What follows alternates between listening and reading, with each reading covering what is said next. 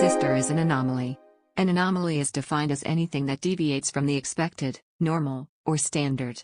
This is quite a wide definition. An ant being slightly stronger than most others of its species is an anomaly. But so is something that breaks our perception of reality.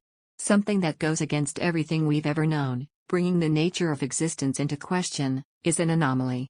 Something to be studied. When it gets swept away, unexplained, however much the anomaly has affected your life, you begin to feel a lot like that ant. Insignificant. My sister is an anomaly now. It started with a simple complaint about her hand feeling strange. A tingling sensation. The doctors almost flat out refused to do anything. I want to be angry, but then I remember telling her my own thoughts. It's nothing, everyone gets weird feelings.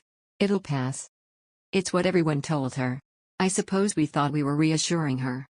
Then the next symptom began. We awoke to her screaming, over and over. My hand is drooping. My hand is drooping. Without any context, what does that even mean? She knew exactly what it meant. She was the only one living this nightmare. Nobody could quite understand what she felt. I burst into her room seconds before our parents did the same.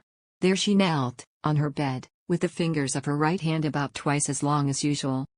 I can feel them, she cried, they're trying to continue. My mother flicked the switch, perhaps hoping that our eyes deceived us in the dark. The middle of the night, in a very dim light, it seems to teeter right on the edge of reality. It's the perfect condition to conjure up an illusion of the mind. Yet this, right here, was as real as you. Her hand was stretched. My mother immediately dialed the emergency services, whilst my father went into comfort mode. Hey, it's all right, are you feeling okay? My sister sat for a moment, staring at her hand. Her breathing remained constantly heavy. In the background, I could hear my mother on the phone, although I wasn't paying much attention. Yes, twice as long. She was asleep. No, I don't know how. I feel.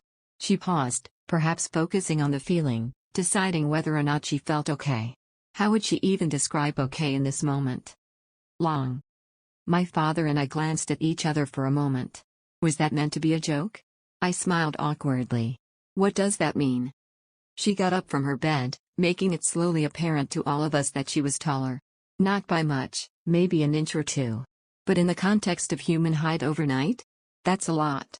The room fell silent. I think I could make out the operator on the other side of the phone trying to see if my mother was still there. Physically she was, but mentally, I think she was just worried for her daughter. What's happening to me? Her voice broke slightly.